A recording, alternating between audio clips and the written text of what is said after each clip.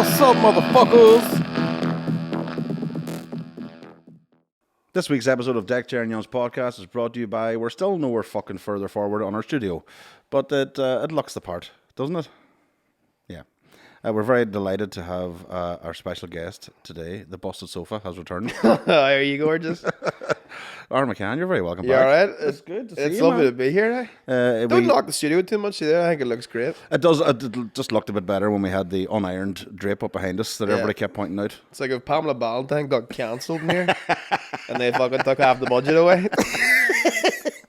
But here, I like it. I like this red leather sofa. It's lovely. It's the red leather porno sofa that it really makes it stand out. You know, if it wasn't for that, I don't know what we'd do. Yeah, it looks great. I love it.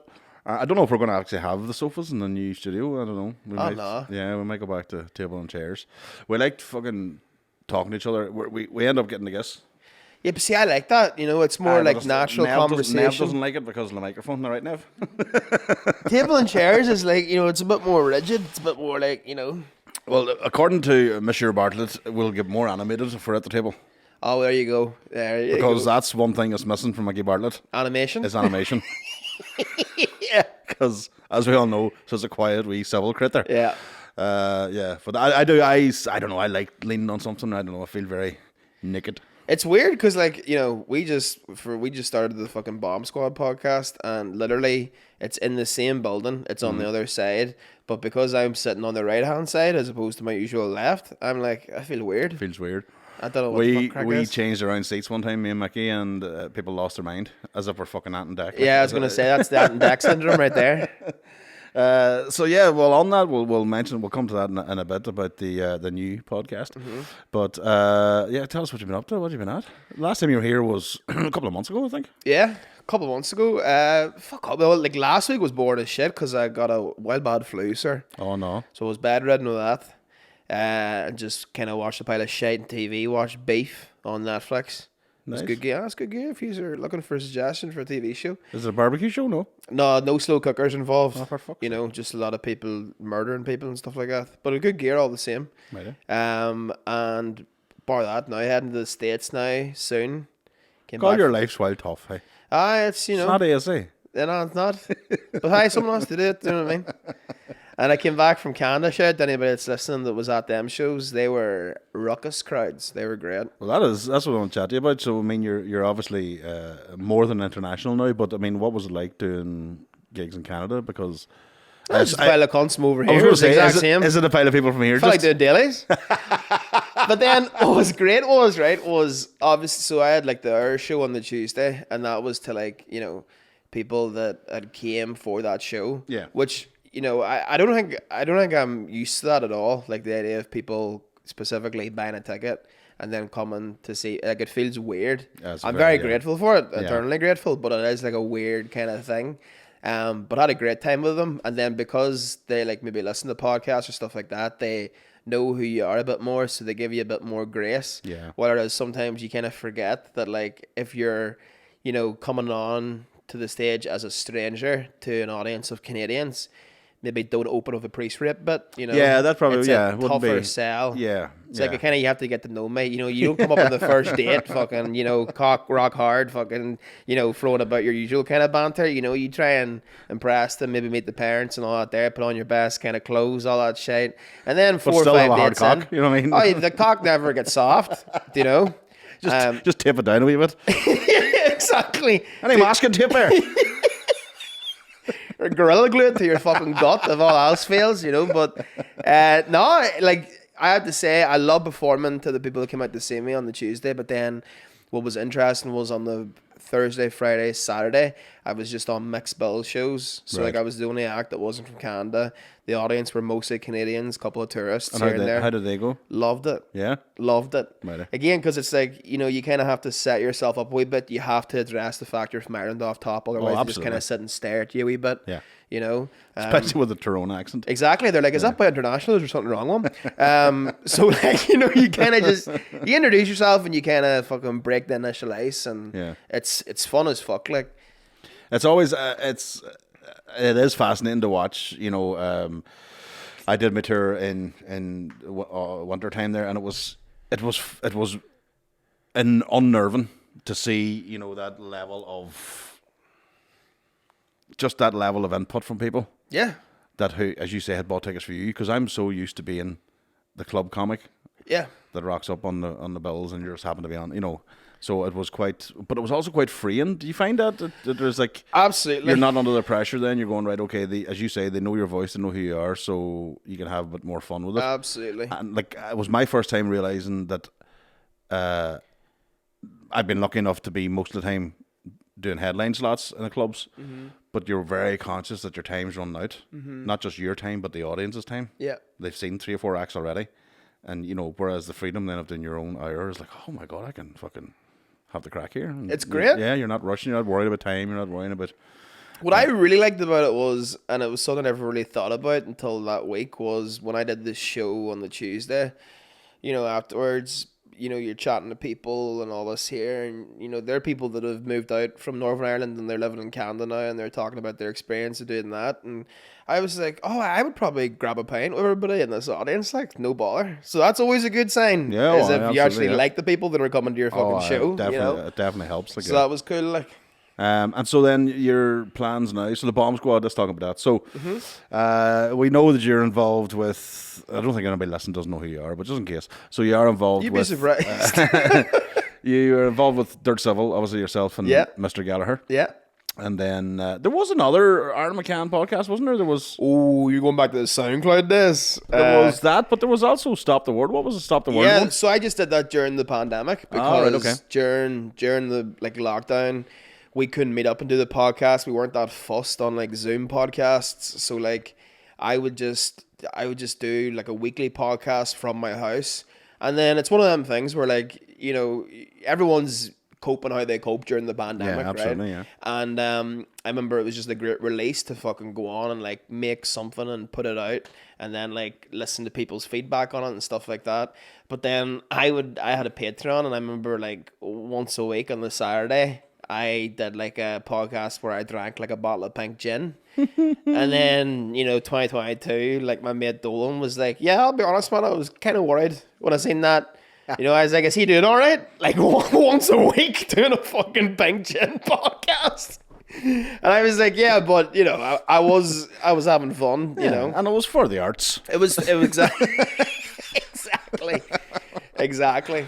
But no, it was, I did that, yeah, and then Dirt Civil's been a fucking joy to do because, like, I've known Tim forever. Yeah. And, well, and that leads us on into the Bomb Squad. So, I mean, speaking of somebody you've known forever, so you and Mr. Geddes have, where did this come about from? Where did the idea come from? Because obviously both of you have your own successes in your own right, but then what was the reason to come together? What was the initial start? I mean, it was kind of like him and Niall kind of threw the idea up at me, and I was like, fuck, yeah. Go for it, yeah. Let's do it, of course. Nice one. And Colin's an interesting one because, like, you know, he is just like, now he's like one of my best mates.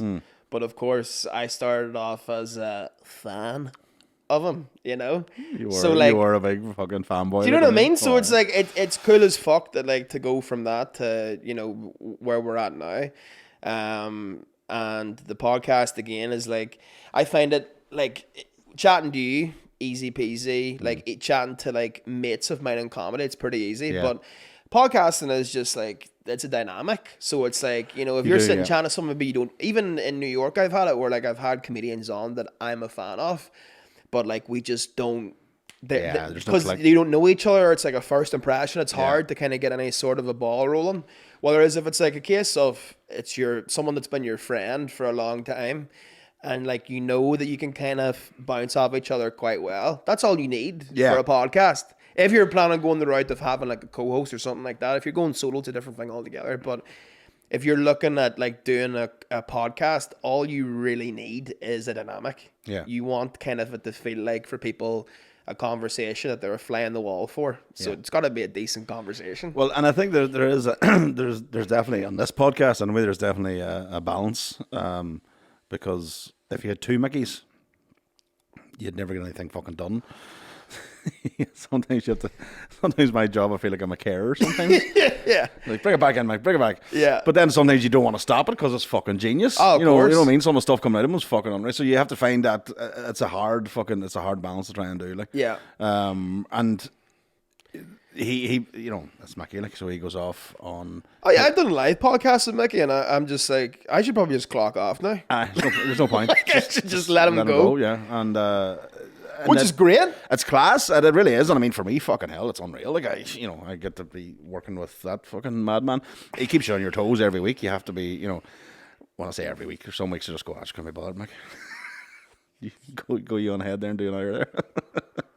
Come up with a fucking new material on the spot. You can't. But again, you guys have you have a great dynamic with each other, and that's why it works. Yeah, well, it has to be that yin and yang thing. You need to have that, and I think, like I said, but if if there was two of me, it'd be too. You know what I mean? It works out. It's like dating. Balance. It kind of is like dating. It sort of is, yeah. If we wanted to be successful, a relationship to work, you're going to have that, and Mickey loves sucking cock, so that's the other benefit that because that is obviously the hallmark for any good relationship. Yeah. And well, if you were two gay dudes, that would be perfect. That'd be a perfect coupling right there. Yeah.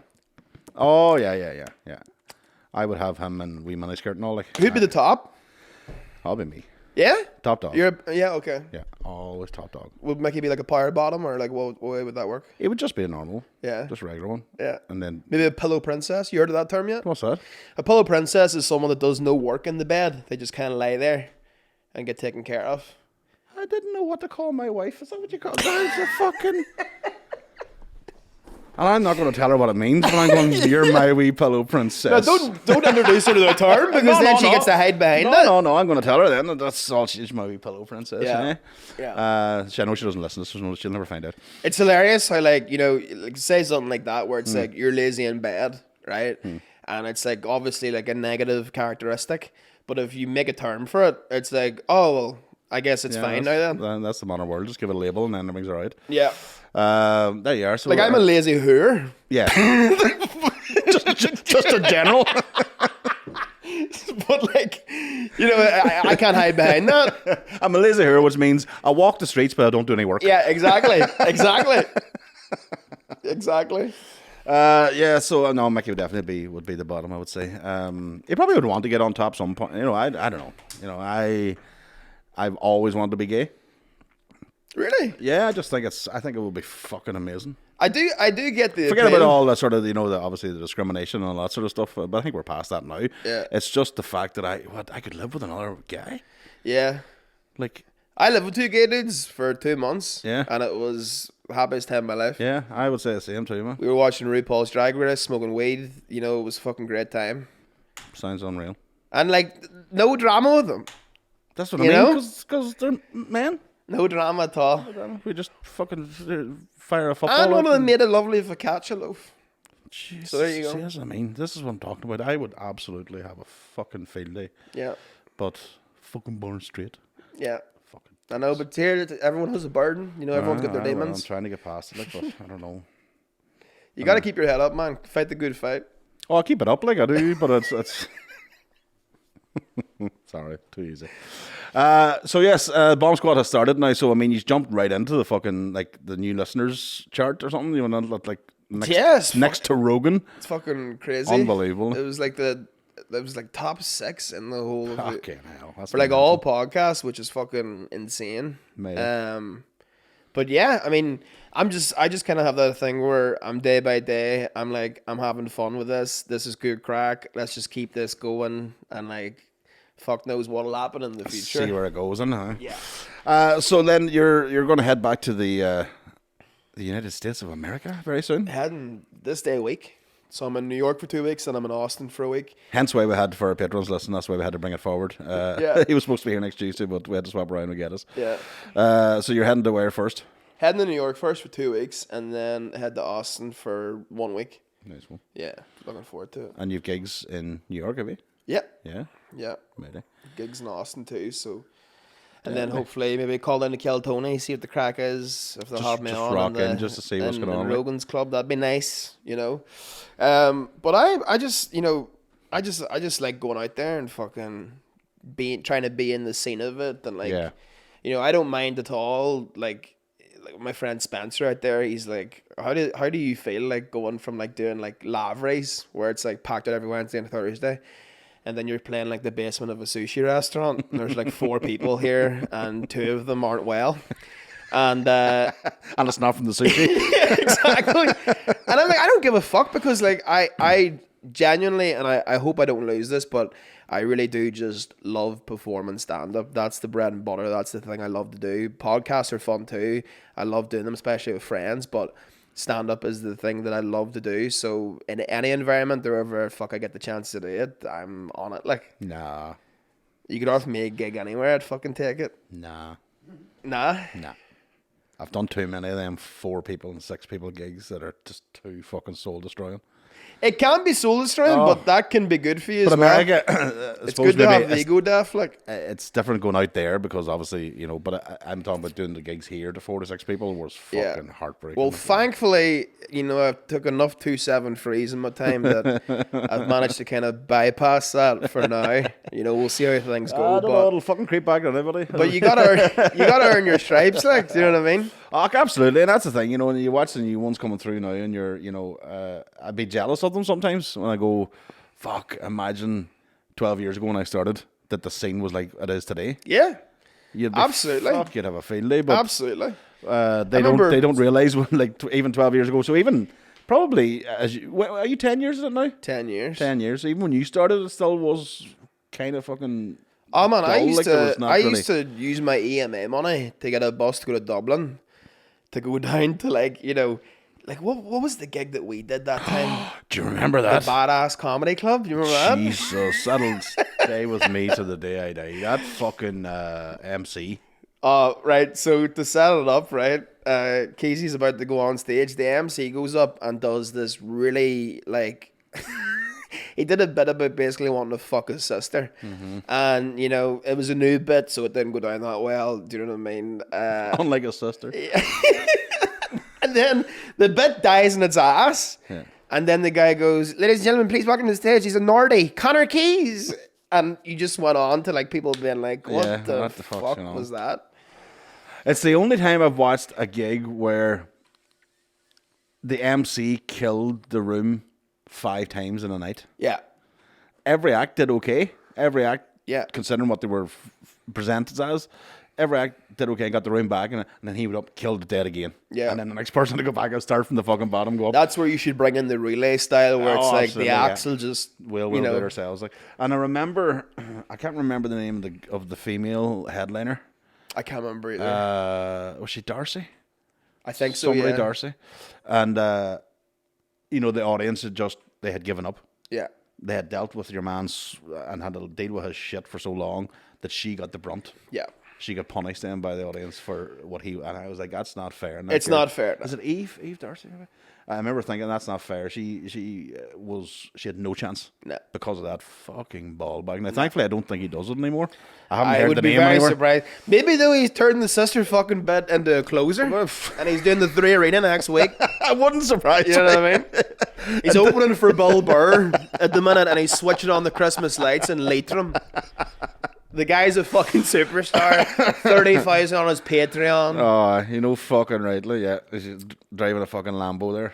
But yeah, I mean, it's a thing of like, and listen, everyone starts off and you're better than you think you are, and then you get to a certain place where you look back at yourself and you're like, all right, that was dog shit, whatever. And you have to have gigs like that where you fucking kind of just earn a wee bit of war wounds. Absolutely. I mean, that's like...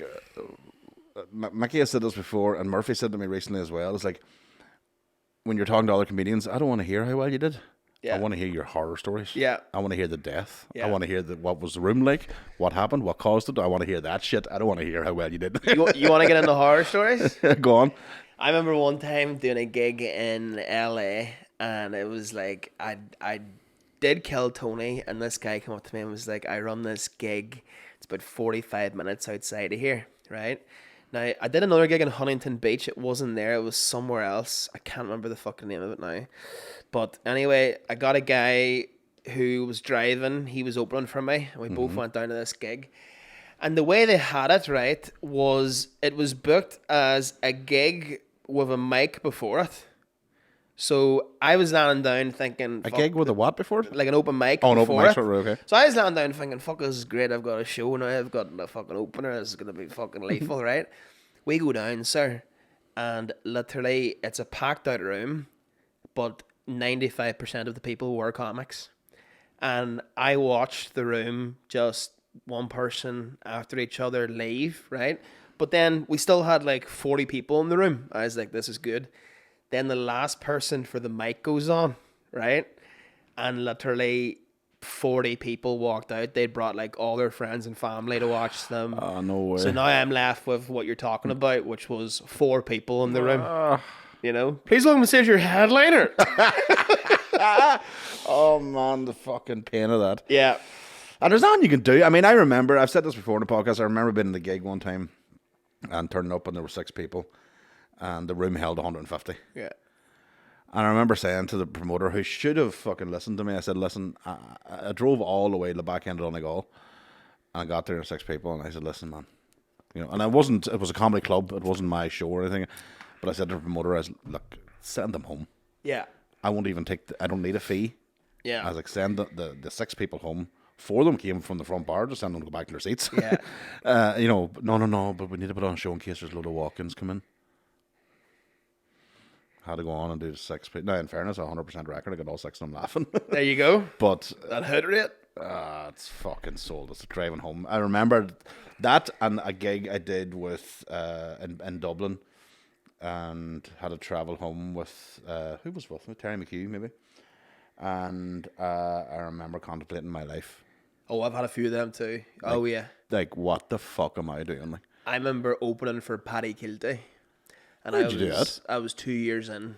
get out the fuck. Yeah, I was 2 years in. And I remember going. Was that you out- one of them fucking slutty DMs that got you into that? No, No, not even. because you're you know, you're mad for that. Hollywood was knocking at a stage. I was the starry-eyed new whippersnapper on the scene. Mm-hmm. You know, I was. Look at you dancing- now, you fucking old foul foggy. I was dancing for the blame game, and you know, they immediately lost interest. They had me on. They had me on before Kilty in the Stroll, right? So like, I had like. How did that come about?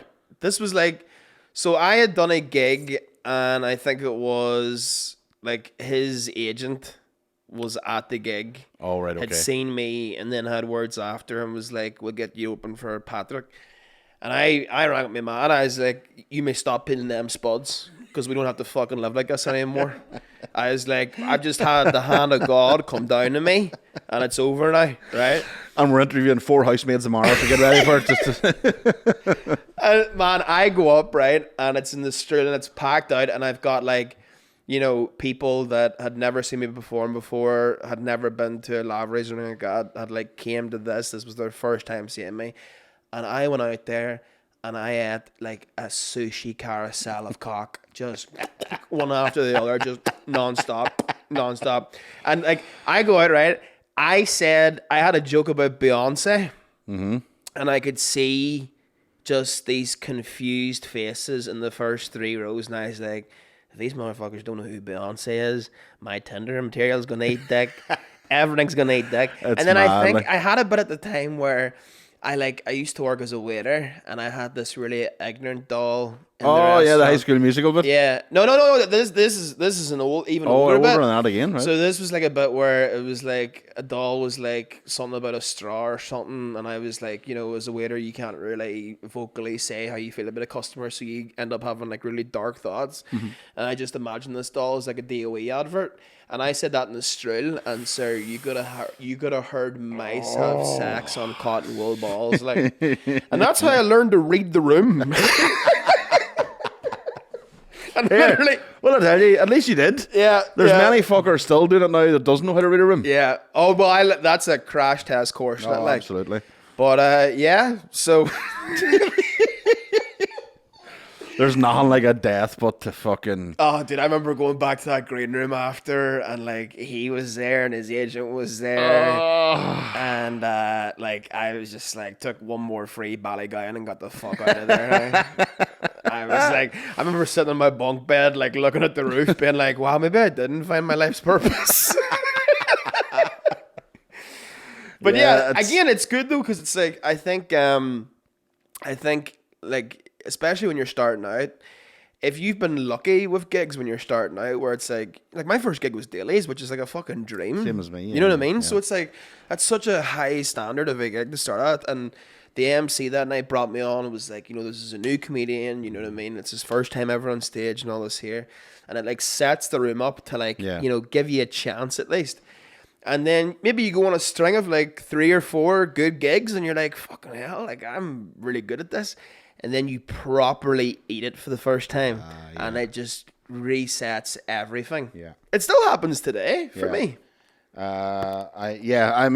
My first one was dailies, but it was dailies before it was just about to close. Remember things that wasn't doing well for Chris and Terry, and I didn't know this until after that was going to be their final month. They were just going to pack it in. It wasn't working. Yeah. And then I came along, but because of my work and my day job with community and stuff, I tortured every fucker I know. Yeah. I was like, get you into that. Fuck, I'm doing 10 minutes. Or Gorilla actually, promo. I'm doing 7 minutes. I was like, make sure you're there. And like 60% of them stayed as regulars. It was just getting them in the door first of all Yep. to go, oh, this is something different, because it was small town and all the rest. And like from then it just, Chrissy just went through the roof. But it took that person to corral these people, and I fucking was emotionally blackmailing them. Like, go, folks, come try me, come and support me and all. Yeah. And so like I had everybody in there from me aunts and uncles and the whole lot, but they all then came back every month without me being on, and so that was great. So that was my first gig, and that was a competition. My first gig was a competition, That's rough, man. and I won it. You can't. That's unbelievable. Because it was an audience vote. Oh my God.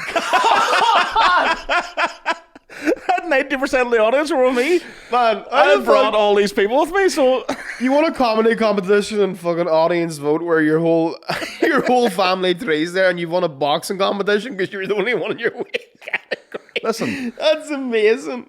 champions be champions. You know what I mean? I'm telling you, that's what it is. That's I'll great. never forget that night, because 2 things happened to me in the space of 4 weeks. 2 big learnings.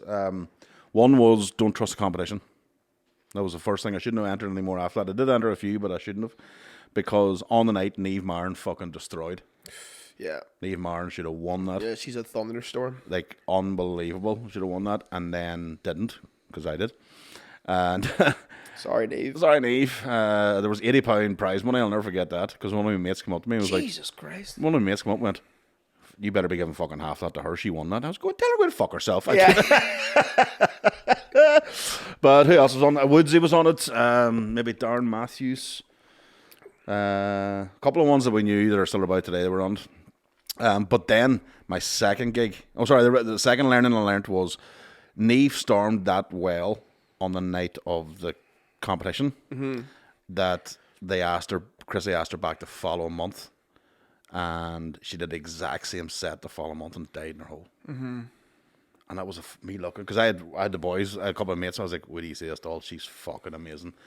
And it just died, and I was like, "That's the exact same set." It's variables, man. And it just completely, I couldn't believe how different it was. That was my first time seeing the same set by a comedian in the same venue, 4 weeks apart, and it just completely died in its hole. Yeah.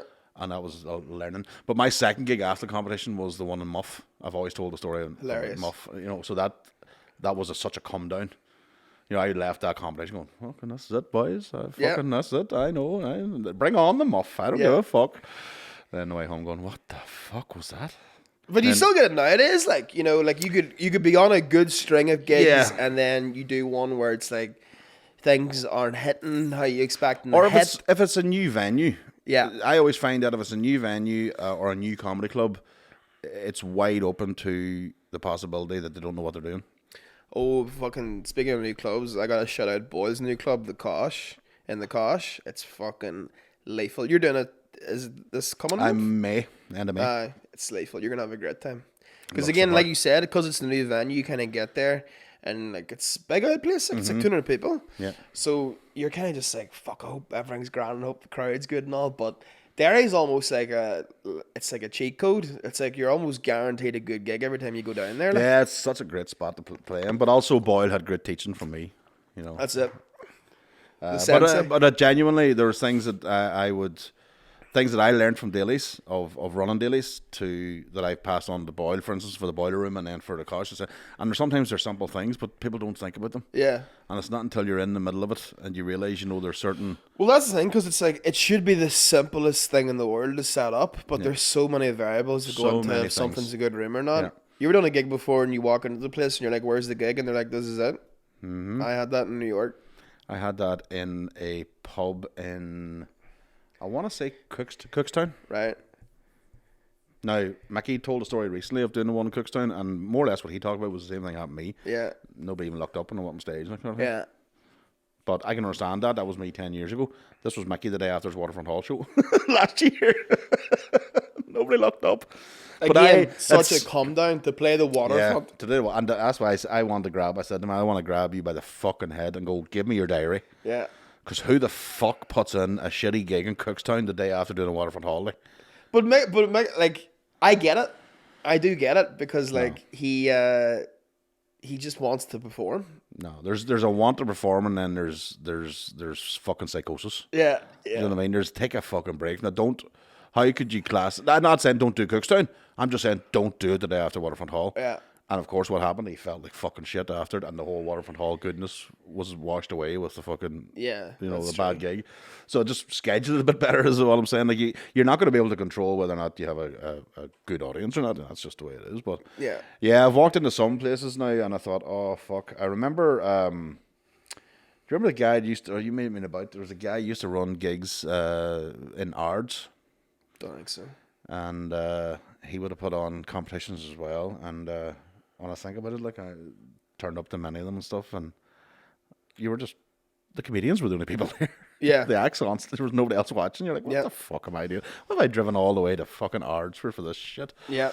But what happened was then, some good things did come about because Mason's had always a good reputation. It's been a good venue in Derry. Mason's is great. And then Daly's came along, and then kind of Daly's because of the whole. Remember the Dave one night stand? We got the runners up for the best UK comedy club in the UK, and that sort of started the things on that you're going, oh fuck, even a small town can do. You know what I mean? That was wild weird when they released the top 10 comedy clubs in the UK, and you've got Frog and Bucket, Manchester, and then Daly's Oma, number 2. Yeah. And then you have the Stand, Edinburgh, and then you have Liverpool, all the way down, just Oma, just stuck in the middle of it. I know, it's great. But that then give people going, oh, Jesus, it doesn't have to be like a fucking city, for instance. You can do it anywhere, as long as it's done right, and the room's the right way. Like, but yeah, I'd love to maybe... You see it all the time. You see sometimes people put out these like, oh, this is what you should do if you're on the comedy club. And I'd love to write that. I'd love to write down, here's the things you need to have. Yeah. And here's the things the staff need to know. Yeah. Here's the thing your sound guy needs to know. Here's, and then your security, all that sort of thing. Because as you say, they are all variables. The person on the stage, the act, they're probably the safest thing you have on the night because they know what they're doing unless they're new, whatever. But that's been a weird turnaround for Daly's, but you kind of get spoilt then. As you say, your spoiled. First gig at Daly's. Let me tell you something. We are all spoiled here. Oh, here at the moment, absolutely. We are fucking spoiled. Absolutely, yeah. Like whenever you go out to just doing New York, and seeing don't get me wrong, some of the fucking best rooms are out there, but also the people that are trying to get up to that level, they have to do the shittiest fucking rooms. Like nothing should be going on there. Never mind a comedy gig. Yeah. Like the amount of nights I fucking followed trivia. You know, people are playing trivia and they're like a trivia mindset, and then you're going up and fucking being like, you know what I mean? Like it's so fucking Is weird. Is it punchline A, punchline B, punchline C? It's fucking mental. Or I've done a couple of gigs in fucking laundry places. Do you know? Like tumble dryer behind me, spinning clothes. Like literally people fucking getting coins to put in their washing, and I'm up there telling we are definitely spoiled there, and it's great. In a way, because it's we get to fucking do such great gigs, but it's not like that everywhere. No, do you know what I mean? Definitely not. And that's what I'm saying. Even you don't even have to go that far away to see a big difference. Just go down south. London, even I just noticed down it south. too. Down south, yeah. Because all those guys are kind of fucking going, what is going on in the north? Yeah. They see the likes of Colin, Shane, and Mickey and Paddy, and they're all selling out Odysseys or selling out Waterfronts. You're like, they're all going, what the fuck is happening? Waterfront Hall, 24th of June, by the way. Please grab your tickets. This is what I wanted to lead us on to then, nicely. Speaking of the Waterfront Hall, so you're in the big room, Yeah. right? 24th of June, isn't it? 24th of June, aye. And Killing Them with Kindness, is that? Killing with kindness. The poster is unreal, by the way. Thank you very much. Top Shout out to class. Niall Zors for that work. Niall is a genius. He is a wizard. It's fucking unreal, like, yeah. So yes, tickets are available on Shine, is it? You can get them in Shine, Waterfront's own venue website, or ticketmaster.ie. Excellent.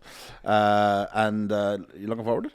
I can't wait. I'm a bag of nerves. All right, aye. Which is part of the reason why I'm fucking off for 3 weeks, just to not think about it. Yeah.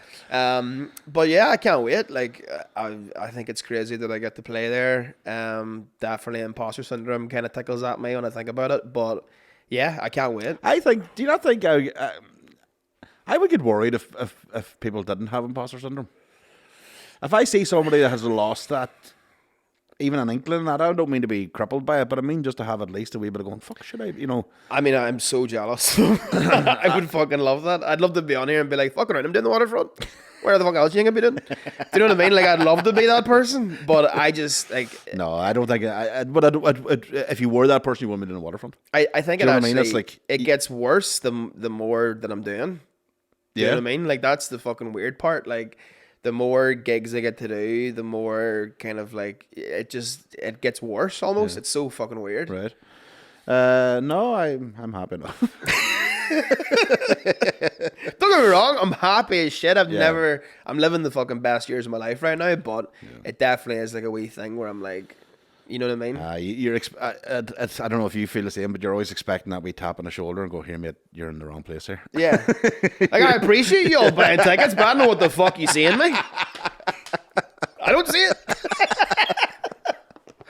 But it is, I mean, it's a big move. It is a big room. It's a big, you've done the Ulster Hall already. Yeah.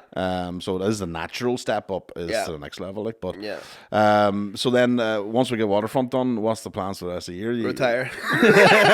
Get the fuck out. Cash out and fucking go. All right. No, once the Waterfront's over, are you doing Edinburgh? No. I'm not doing Edinburgh this year because I'm hoping that I get my visa to move out to the States in August. So I'm currently going through the application process of it, and then hopefully that's kind of all read away by August, and then I move out and we see what the fuck happens out there. You move for a couple of months? It's a 3-year visa. Fuck off. So you've got 3 years, and then you're going to go away for 3 years? Aye. Well, I'll do it. I'll be back, cases. You know what I mean? I'm coming to see you. You need to come and see me. But no, I'll be. That's one thing I want to try and make sure I can do. Like, if I'm financially capable is like coming back here and like staying in the scene here. I don't want to be one of these cunts that just like moves away and then is like, comes back on an entourage and all. Exactly. Come back like Kevin Hart. Do the Kevin Hart one. By the way, Colin, I'll just be coming in for my set and leaving again. And if you could clear the green room. Guys, if you could have a bottle of Crevassier in the green room with my name scribed into it, that'd be lovely. And a packet of fucking apple crumble tarts would be nice as well. Or apple puff pastries. Here, speaking of apple crumble tarts, did you see they got rid of the Spelga crumble thing? What? The Spelga, the yogurts? The apple crumble and the rhubarb, they're gone apparently. Who do we read to about this? I don't know. I think it's Spelga, and I was like, I just heard this the other day. I haven't seen them in fairness, but something needs to be done. McCann, that's fucking dangerous. They're taking, what they are, Keys, they're fucking, and I know this isn't just Rabbit It On podcast, but every fucking week they're taking something from you. You can't have nothing now. Every fucking little, they'll stop doing these, and then you'll see me in a bad path. Then you see the crack. I do have to laugh at them fucking things there. Just the other day, even in Oma, I just see them all over the place lying on the ground, and you're going, these are the same young people who want to save the planet. Yeah. And they're fucking them plastic devices just all over the place wherever they go. I don't give a fuck about the planet. I can give 2 fucks. No, I was talking as long as it's alright by the time I go, I'm alright. Fuck my grandkids. I was talking with young people. Oh yeah. You're a fuck. I'm 28. I'm on the fucking prime of my life. You're done, man. I'm still that story-eyed boy. Paddy, give me one more chance. Would you not want to go back to Kielty and go, here, I need to redeem myself. Give me fucking 10 minutes. No, it feels like... Now that the years have passed and you know what you're doing. No. It feels like a bad one-night stand. You don't want to fucking... No way. See, even a bad one-night... Nice guy. I've never had a one-night stand, right? I've had one. But a bad one night stand, it would do my head. I would want to go back and make sure it's done right. You can't do it here. You can't do it here. Because if you have a one night stand and you're in Oma, more than likely in the weeks following, that same cutty will be serving you chips or something like that. Yeah. You have to do it in a city. Oh, Jesus, right? This is fucking... Now, not to say that I'm read out. I was going to say fucking dating 101 here when we can. No. I have a body count of 3, if you're asking. Not to flex on you too hard here. I have that old thing where I have to be emotionally invested in someone. I can't even lie because you're one more than me. Oh, fair enough. There you go. Top shagger. I've never had someone that has a higher body count. Usually I add 10 on to it. I know. You know, there is something in that though. I do find like don't get me wrong, I've battered the same fanny for 20 odd years, but you know what I mean? I'm just saying it's not. Yeah. Just haven't done like multiple ones. Yeah, you could do it blindfolded at this stage. Like. I have to. This time. Not allowed the lights on in case she sees me.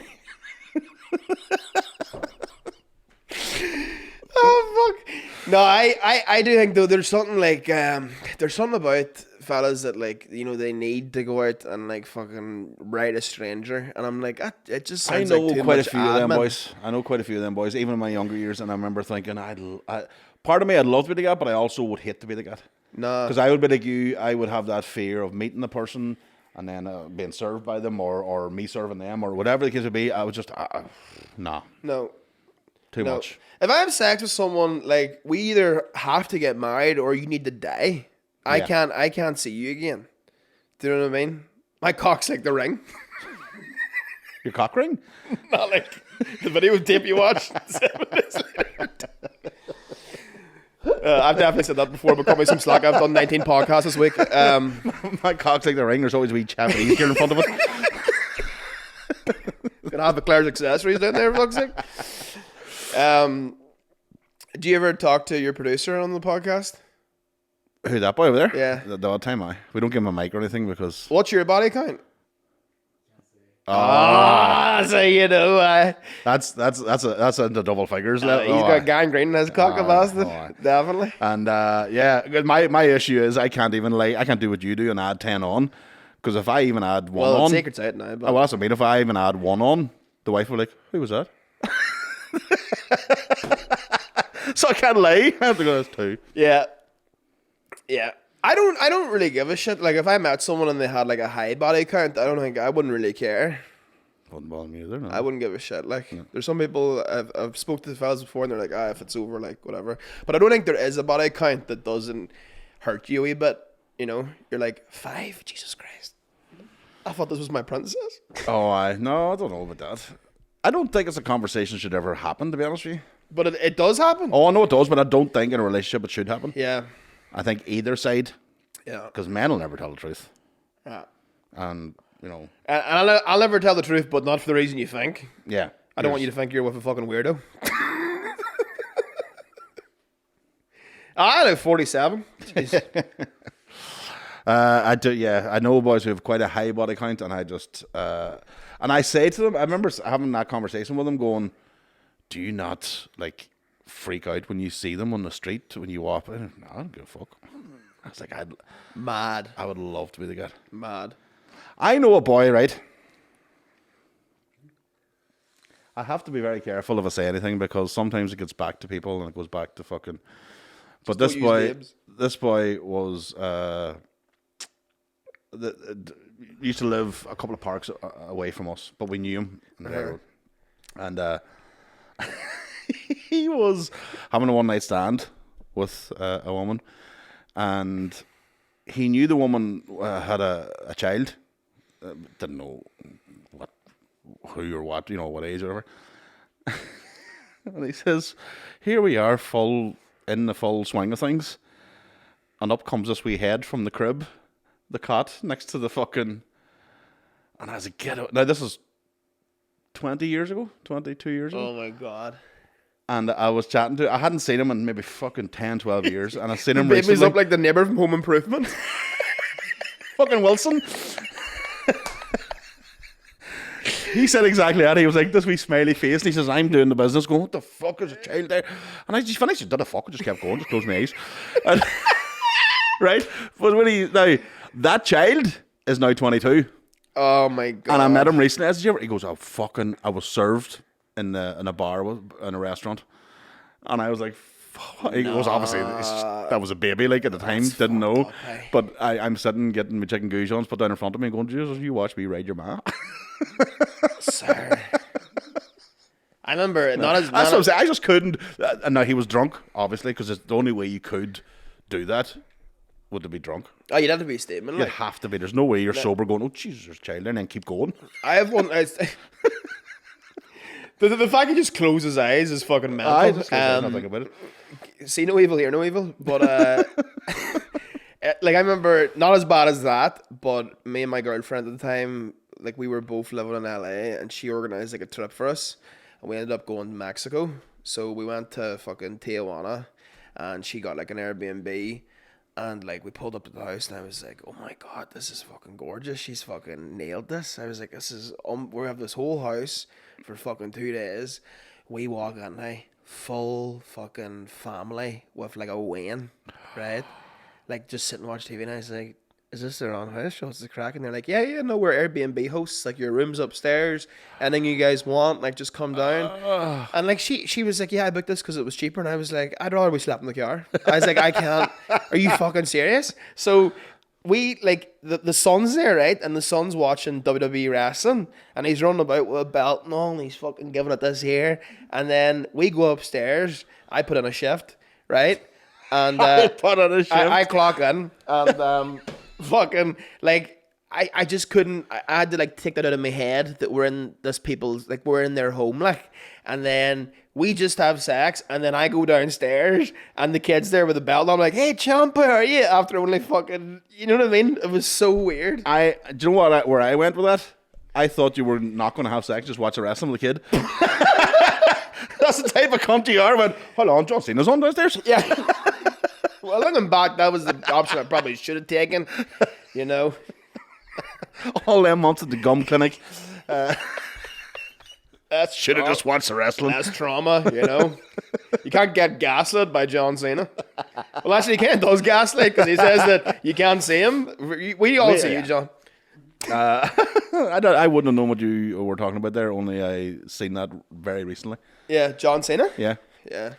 I'd never seen John Cena doing that thing until it was on some chat show explaining where it came from. Yeah. And it came up as a clip. I was like, oh, I never knew that's what that was about. Yeah, he's the man. Right. Yeah. Yeah. I was watching WrestleMania the other week. Non-stop party at my house, I tell you. You were watching WrestleMania like it's like a 2-day event now. but you were watching it like willingly as an adult. I paid for it. You I have a WWE Network account. Thanks for listening, everybody. It's been. Don't sit here and act like you're fucking like a big macho. You're sitting here with fucking Funko Pops and Pedro Pascal's face attached to Blow Up Dummy. That's all, Mickey. The other fucking man, the man child that I live with. What's the nerdiest thing about you? Nerdiest thing? Yeah. I don't know. Like wrestling. Why would you class wrestling? Wrestling's the nerdiest thing about me. Oh yeah, it's the same. Like it's like a nerd subculture. No, I would class wrestling as childish. That's fucked up. Like I stopped watching wrestling when I left primary school. Let me tell you something. You watched Shawn Michaels versus Undertaker at WrestleMania 25. I watched it. You try and tell me that's childish. I watched it. I'm trying to think the last WrestleMania. It's athleticism and passion. The last WrestleMania I genuinely was like, fuck, I can't wait for this one was on, I think it was Bret Hart and Yokozuna. Yeah. That's like WrestleMania 3? No, it'll be later than that. It'll be 10 maybe. So it's 1990, I'm going to guess it now, it's either 93 or 94. 95? Was it 95? You a wrestling fan? Nev's. That's why he gets so much riding. Was, like me, was a fan, and then we left primary school. Yeah, whatever.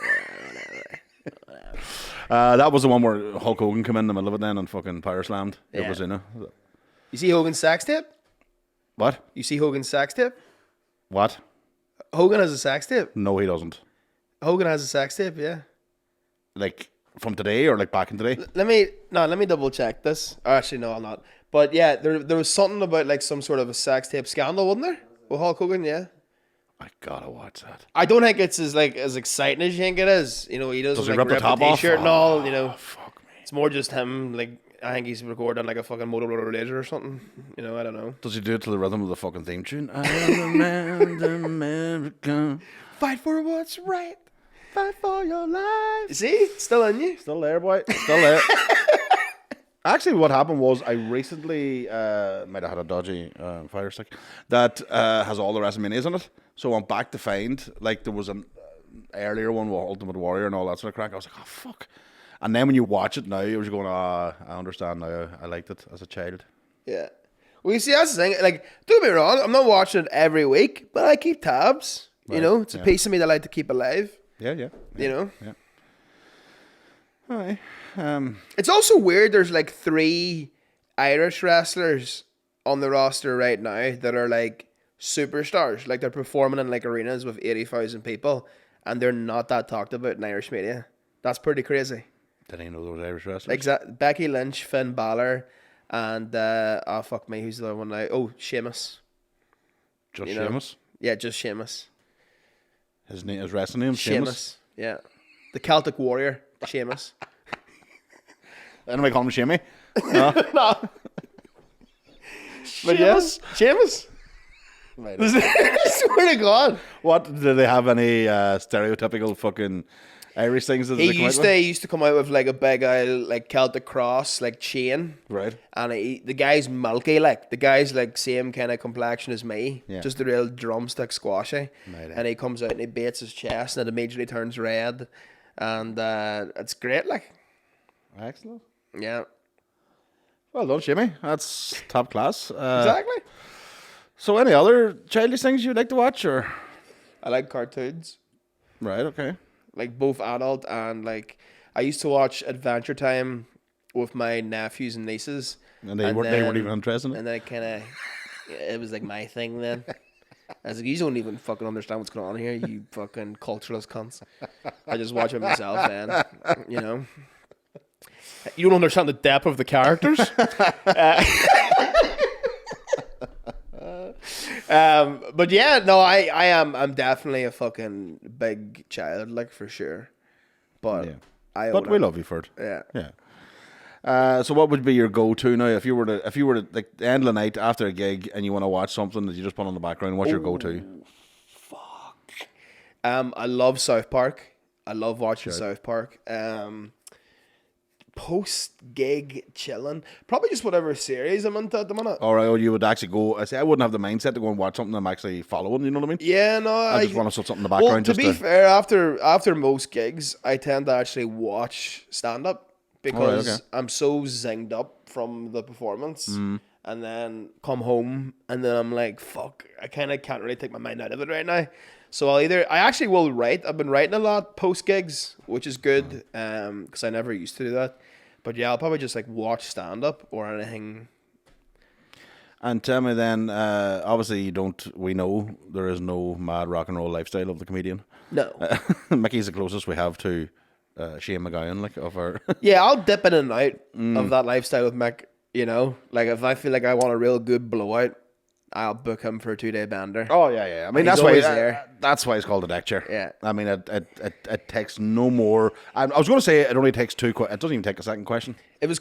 We did like Lavery's on the Wednesday, and then we had...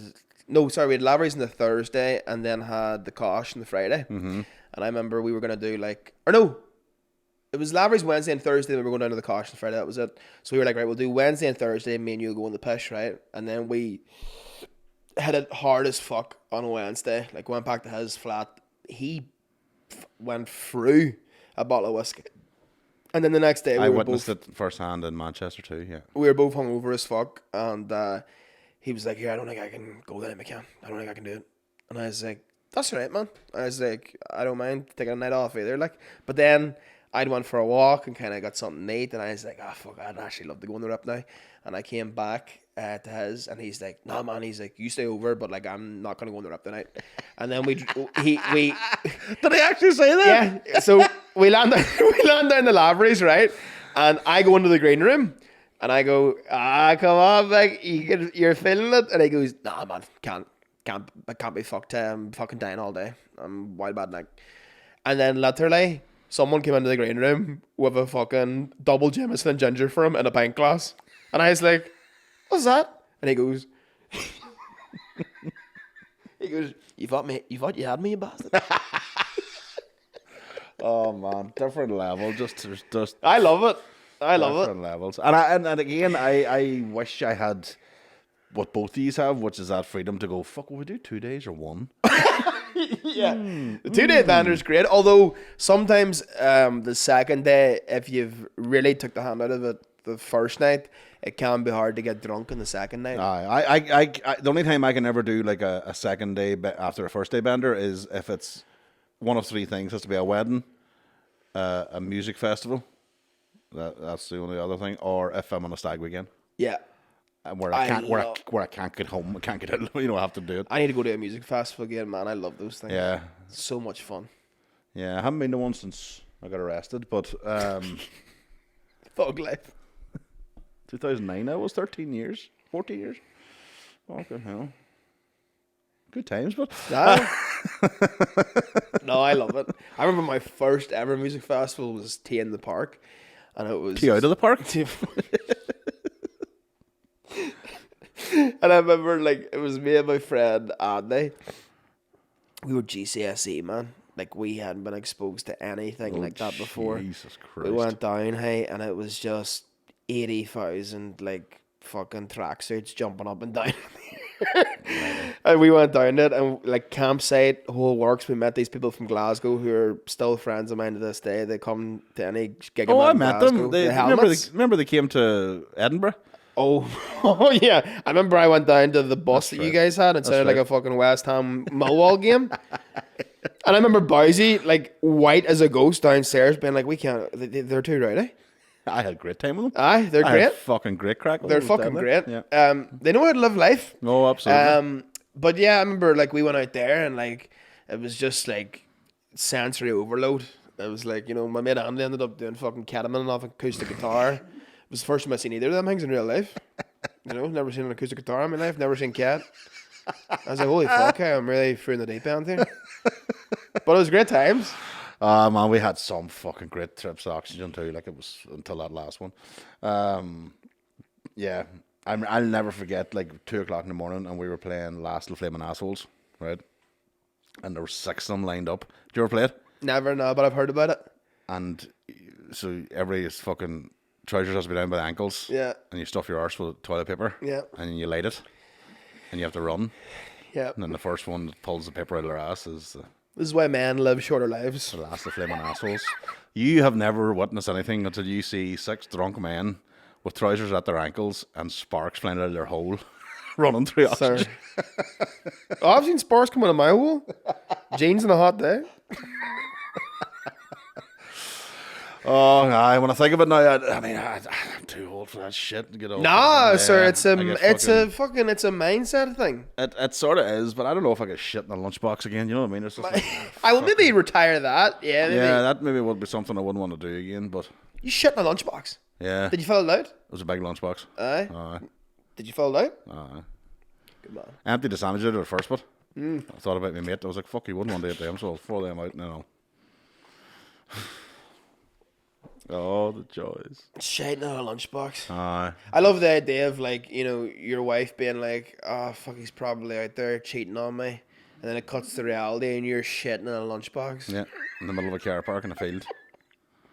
Thinking, what is going on in my fucking life? You're one of my favourite drunks, though. You're a great drunk. Yeah, I have fun now. You're a great drunk. You're always so smiley.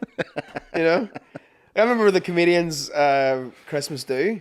Oh, that's right, aye. The one where McKegley fucking snapped his ankles. Jesus. Historic moment in time. Lightning in a bottle. Why, a lot of drink taking. But I remember we were in Pug Uglies. And what was the cocktail?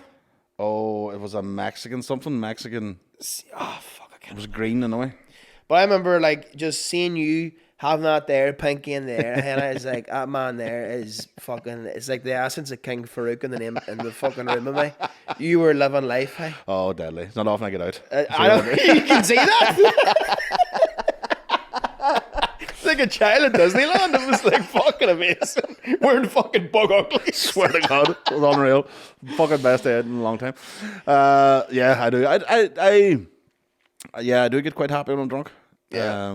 I just want to feel like, oh, show's on now. Let's Yeah. go. You're like, wine mummy drunk. It's great. It's like, woohoo! But sassy and all. Oh, aye. Who's Oh, that bitch?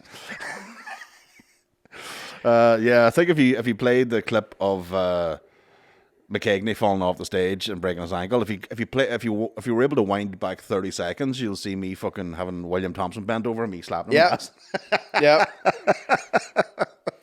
So funny. So funny. I remember actually, like, McKegney had just, like, snapped his ankle. Everyone was fucking, like, dancing to It's Raining Men with their tops off. And then I went to go for a push into the bathroom. I could hear you on FaceTime to your wife being like, it's quiet enough tonight, to be honest with you, man. Not much going on, to be fair. I actually can't wait to get No, home. I want to. What I wish we had the CCTV footage of Tim McGarry walking in Man. in the middle of that. Man, see when he appeared, I nearly shit myself. I thought I was having a fever dream. I thought someone had spiked my fucking Mexican sweet or whatever the fuck. Fair cocktail fucks to was. Tim, like he's always up for the. He's good the crack. man. He is the man. Hey, deadly. But yes, so Mr. McCann, thank you very much for coming along and Thank you for having me. I appreciate it. and being the busted sofa yet again. I appreciate it. It's great times. You love that name, and to be the first person to show off the pins. Oh yeah, man, We've never had anybody now. Hopefully, hopefully Nev hasn't used the wide angle too much because in case people are eating at dinner. But but it's been fantastic. It's been a struggle to get through this entire episode and not lock down to see if your balls are right. No, they're not. No, you can lock all you want, but I don't want to lock down there. Got them guarded. I'll masking tape so I'll know right now. I treat my balls like my retainer. I don't take them in at night. Oh fuck. Right, everybody, thank you very much. We're going to go over to Patreon now and get another batch of questions. We have a load of ones, so thank you very much, Mr. Aaron McCann. Thank you. Thank you guys, I appreciate it. 24th of June, Waterfront Hall. Please get buy your a tickets. ticket. Get your tickets. Get started. We're in Mandela Hall on the 20th of May for the live podcast. This here's joining us. Mr. McCartney is joining us, so that's going to be a fucking mental night. I'm gonna get drunk that night. We're all getting drunk that night. Yeah. So, yes, get your tickets bought. Get going. Until then, see you next week. Good luck to you.